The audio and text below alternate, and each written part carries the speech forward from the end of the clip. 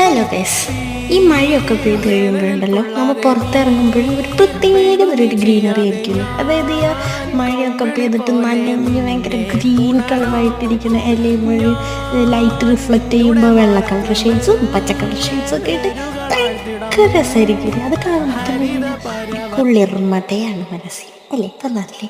പക്ഷെ വെയിലായിട്ടുണ്ടെന്നുണ്ടെങ്കിൽ ഒന്നും ഉണ്ടാവില്ല, ഒരു ചത്ത ഫീലിങ്സ് ആയിരിക്കും. അപ്പം എനിക്ക് ഈ എന്തെങ്ങാണ്ടൊക്കെ പോലെ തോന്നും.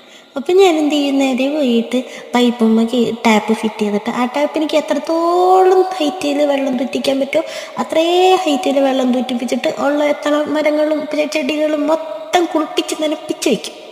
എന്നിട്ട് ഉള്ളിടും.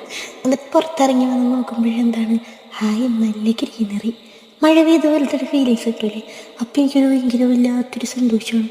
അത് സൈക്കോത്തരമാണോ എന്ന് ചോദിച്ചാലൊന്നും എനിക്കറിയാൻ പാടില്ല. പക്ഷെ അതൊരു സന്തോഷമാണ്, നല്ല രസമല്ലേ കാണാൻ വേണ്ടി.